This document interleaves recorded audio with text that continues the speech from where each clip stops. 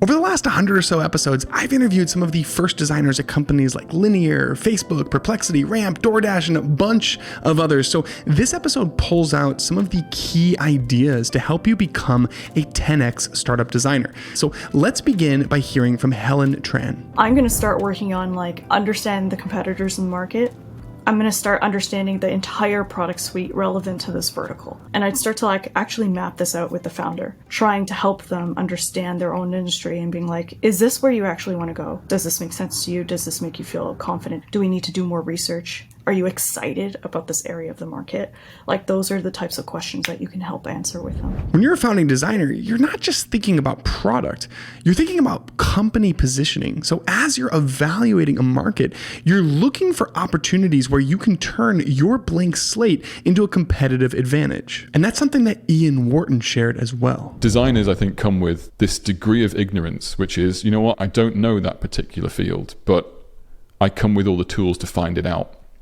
So what you hope for is you know enough about the market that you're entering to add value and approach it with a particular perspective, but you're not so entrenched in that market that you're unable to see innovation, you're unable to see ways of doing things differently.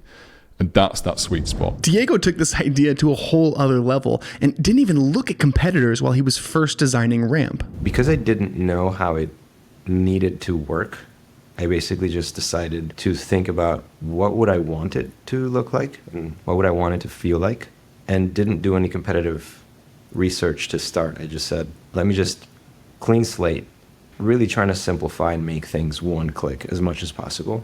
And I think not knowing how things should be was a real advantage at the beginning. Regardless of the type of founders that you're working with or the industry that you're entering, the number one skill that you can bring to the table as a designer is generating a lot of ideas. If you're lucky enough to be employee 1 to 5 in a startup, you should be the ideas guy with the founder. Every founder I know would adore that type of person. When you're generating a lot of ideas, though, you also have to be quick to throw them away when you're working at a startup. What entrepreneurs ought to look for are designers who don't fall in love with their work because they're producing so much of it.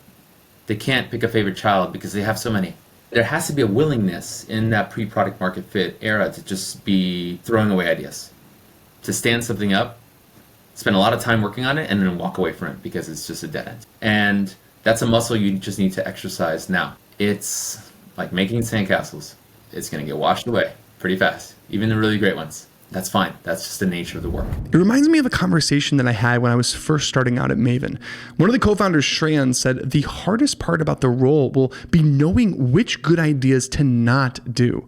And this is an idea that Diego also shared when talking about his time at Ramp. Creating focus and choosing the right things to work on is the most important job that you can do at a startup. Founding designers have to be able to see the bigger picture because things change so quickly in the early days that you might not even be working on the right thing. So much of arriving at an insight is having that mental flexibility to recognize, oh, I came into this, selling Happy Meals, but when I started listening really closely, people just really wanted the toy. And it turns out toys are a much bigger business than burgers. And I have to kind of be able to walk away from the kitchen and become a toy maker, even though that's not what I set out to do. I think that there's a certain degree of mental openness to not just focusing on the solution that you're bringing to the forefront, but to the broader problem space that's sort of sitting right on the periphery. As a founding designer, you can't wait for people to tell you what to do or point you in the right direction. You should be coming up with prototypes on their behalf. You should be going to talk to customers and bringing it up to them. That's how you win, influence, and that's how you actually work with an early stage company and make them feel like you're there with them, as opposed to kind of downstream and waiting for instruction. No founder wants that. This proactiveness applies outside of the product too. One of the reasons I love the founding designer role so much is that there are truly countless opportunities to make an impact. Here's Diego Zacks and Henry Modisett talking about their experience. At the beginning, I was doing all of the branding, all of the marketing, all of the advertising, just everything, and the product as well. The sort of beautiful chapter that you get to have of being a founding designer is the kind of whatever it takes mentality. That whatever it takes mentality is why you grow so quickly in a startup environment. Take Marco Cornacchia, for example. He's the one who designed the diagram website that totally broke Twitter, but he wouldn't even have learned that skill if he wasn't forced to. I think it's a super valuable experience to be able to be that founding designer, just because you have no choice but to kind of experiment and try all those different things. My first startup job, and we wanted to have this video hero, and I didn't know how to make videos, and I discovered this whole other path of oh, maybe I could just build the application inside of Webflow and have that be the actual thing that you interact with. I would have never probably even thought of doing that if I wasn't forced, which is a ton of startup work is just we need this thing, and somebody needs to figure it out. Who's down to go and go down that path. It's a big reason why early stage companies look to hire self-starters. Here's David Wong to share more. One of the traits I actually look for a lot when I run teams at an early stage startup is if I've seen they've started their own business before, or if they started a side project, I'm really keen to learn more about what they experienced through that time. Real quick message, and then we can jump back into it.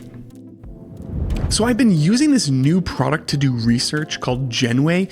It uses AI-powered interviewers to help you gather qualitative data at basically an infinite scale. So I've actually been interviewing listeners of this show all over the world.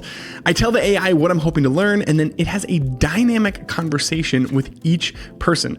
Genway then organizes all of the key insights for me automatically. So I learned more in a 2-week study than I had in a year and a half prior. Needless to say, I am totally hooked. And if you want to take your research to the next level, head to dive.club/Genway to get 2 months free. That's GENWAY. I've been anticipating today for quite some time because Raycast Notes are finally here. Now, their old floating notes product was my go-to for quick captures, but they've truly taken it to the next level.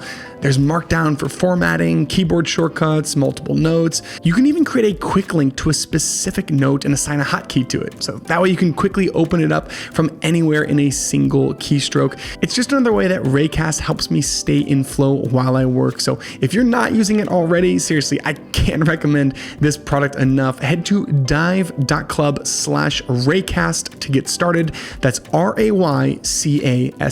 Okay, now on to the episode.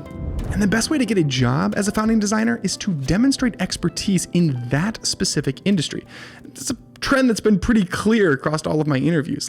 Listen to Nate Parrott describe what he was doing before he got hired as the founding designer at the browser company. Ever since college, I saw people make fancy email apps and fancy notes apps, and I was always like, why is nobody making a fancy browser? This is a tool that I use way more than any of those other tools. Why is nobody making the mailbox of web browsers?